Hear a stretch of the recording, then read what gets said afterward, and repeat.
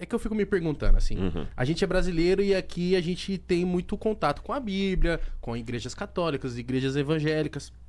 E aí eu fico me perguntando, uma pessoa que nasceu na África, uma pessoa que tá lidando com candomblé, com umbanda, a pessoa que nasceu talvez... É que eu esqueço o nome da religião que acredita em Maomé. É o islamismo. Islamismo. A pessoa... Porque o que aconteceu? Essa pessoa só nasceu em outro CEP. Entendeu? E aí a Bíblia talvez não foi apresentada pra essa pessoa. Essa pessoa, ela não vai pro céu? Essa pessoa, ela não vai viver a vida eterna por conta que ela não teve contato a isso? A gente é tão privilegiado assim e eles não prestam? O que acontece? Dependendo de quem você estiver entrevistando aqui, ele vai falar, não teve o evangelho, não vai ter. Eu não penso assim, com base na Bíblia, tá bom? Eu entendo assim, Deus teve o povo dele, que é o povo de Israel. Não eram todos os povos que eram povos de Deus. Era Israel. Eles que iam dar o Messias ao mundo. E depois do judaísmo veio o cristianismo. Ponto. Isso é o que está na Bíblia. Estou falando de acordo com a Bíblia. Porém, a própria Bíblia mostra, fora desse povo eleito de Deus, pessoas sinceras a Deus que demonstravam mais fidelidade a Deus do que muitos judeus. Vou dar alguns exemplos rápidos. Quando Jesus nasceu, Herodes, que era meio judeu, meio idumeu, mas tudo bem, era o rei dos judeus, mandou matar as criancinhas para matar Jesus. Mas 3 magos, astrólogos, lá da Pérsia, provavelmente da Pérsia, vieram para adorar Jesus. E eram pagãos. Pagão é que não acredita em Deus, né? Que não acredita no Deus da Bíblia. Sim. Por exemplo, o pagão acredita em Deus, quem não acredita em Deus é o ateu, né? Ah, sim. O pagão é aquele que não acredita no Deus da Bíblia. Eles vieram lá. Então, parece que de alguma maneira Deus falou com eles lá. Outro exemplo. Quando Jesus estava indo lá para onde hoje é o Líbano, veio uma mulher sírio-fenícia. A Bíblia fala cananeia. Chamar alguém de cananeia era a forma mais pejorativa que tinha. Sério? O que é Porque cananeia eram os inimigos mortais dos judeus. Sabe qualquer palavra hoje que vira um desqualificador, uma ofensa? Chamar uma pessoa de cananeia, nem era usada mais essa nomenclatura. E a mulher veio lá, Jesus, tem misericórdia de mim, minha filha tem endemoniada. E os discípulos, tira essa mulher daqui, ela está incomodando. Jesus olhou para ele e falou assim, olha, eu em Israel não encontrei fé como dessa mulher. E ela era pagã. Ruth era moabita, que era um povo inimigo também do povo de Deus. E Ruth veio demonstrar na Bíblia com uma fé genuína, tremenda. Então, o que eu aprendo disso? E para terminar, Jesus um dia falou com Nicodemos assim, Nicodemos, o Espírito de Deus sopra onde quer. Você ouve a sua voz, mas não sabe de onde ele vem nem para onde ele vai. Na língua grega, onde está escrito, tem um trocadilho entre vento e espírito. E no aramaico também que Jesus falava, que é a mesma palavra, como se eu falasse assim, o espírito espireteia onde quer. Sim. Você não sabe de onde vem nem para onde que ele vai.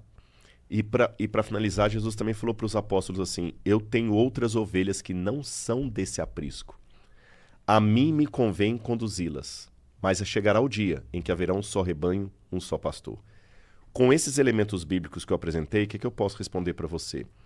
Deus vai julgar as pessoas de acordo com a sinceridade dele em relação ao grau de revelação que ele recebeu. Aí eu vou me surpreender com uma coisa. Porque às vezes, vamos pensar, você colocou aí o índio, vamos pensar o índio lá na Amazônia, adorando o Tupã.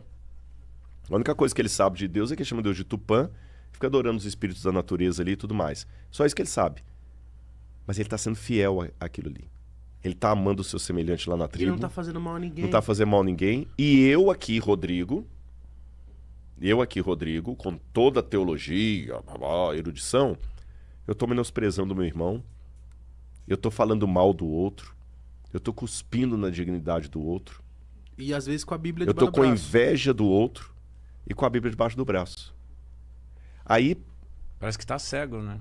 Tem um autor, e Paulo dizia que o que de Deus se pode conhecer, Deus manifestou no mundo inteiro através das obras criadas. Então ninguém ficou em trevas absolutas. Aí tem um autor chamado John Milton, autor do Paraíso Perdido. Ele dizia que no céu nós vamos ter 3 surpresas. Pessoas que a gente tinha certeza que ia encontrar lá, pode ser que a gente não vai encontrar. A terceira surpresa. Pessoas que eu nunca imaginava encontrar lá, eu vou encontrar.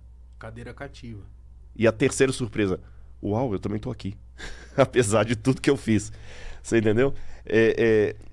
Sabe o famoso ladrão da cruz? Não. Que quando Jesus estava crucificado, tinha 2 ladrões, um de cada lado dele. O Barrabás escapou, né? Uhum.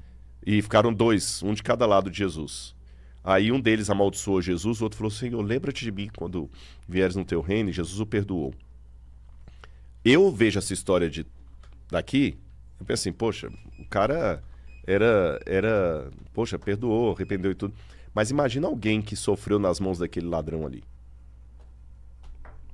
Então, eu não me preocupo com isso, porque eu tenho a obrigação de pregar o evangelho do reino, como diz Mateus 24:14, tanto é que eu estou aqui, e Deus que está me mandando. Todo lugar que Deus está mandando eu estou indo, você está entendendo? E falo, mas eu também tenho que saber que o trabalho final de restauração, de conversão é do Espírito Santo. E eu vou me surpreender quando chegar lá. Tem muito missionário que quando chegou nos mundos pagãos, encontrou mais ética cristã lá do que no lugar onde vê. Thomas Merton é um exemplo desse. Isso é uma coisa que eu fico me perguntando, como eu disse do lance do CEP, da pessoa onde ela nasce, assim. Você consegue ter esse discernimento, você tem muito conhecimento sobre, mas eu fico assim, caramba, mano. Você, de verdade, Rodrigo, você nunca se questionou, fala assim, por que as pessoas já nascem, que nem o Mítico falou, talvez a pessoa nasce um psicopata, ou às vezes ela nasce com uma doença terminal, ou ela nasce numa situação de miséria horrível. Por quê? Por quê? Por que aquela pessoa? Por quê, sabe? Tipo assim, por que eu nasci aqui e uma pessoa que, tipo assim, que era pra ser igual eu, nasceu lá onde tá tudo fodido, cheio de guerra, sabe? Tipo, vamos piorar. Por que criança e leucemia fica na mesma sentença? Por quê, cara? Nossa. Jesus responde isso em uma das parábolas, a parábola do joio e do trigo, onde ele fala: o inimigo fez isso. Se nós não tivéssemos pecado, tudo isso que nós estamos descrevendo não existiria.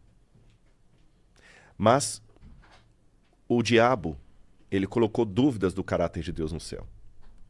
É como se ele dissesse assim: olha, Deus obriga vocês a obedecê-lo. E ele mentiu para Adão e Eva, né? Falou assim: vocês vão ser iguais a Deus, conhecedores do bem e do mal. Ele mentiu em termos.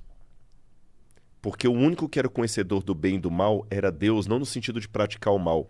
É porque só existiu o bem no universo, mas Deus sabia, por sua onisciência, podia ser provocado. O que seria o mal. Tá.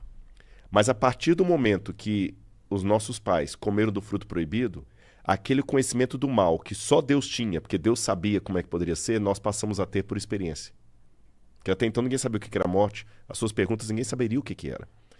Então hoje nós estamos num parênteses na eternidade. E Pedro fala: nós não vamos encontrar justiça nesse mundo. Isso não é muito frustrante? Seria se a vida eterna fosse só isso. Perdão, se nós fôssemos só isso aqui de vida. Se a vida fosse só isso, eu vou dizer para você que até a vida do cara mais feliz do mundo é frustrante. Fernando Pessoa dizia, né? O que é o ser humano senão um cadáver adiado que procria.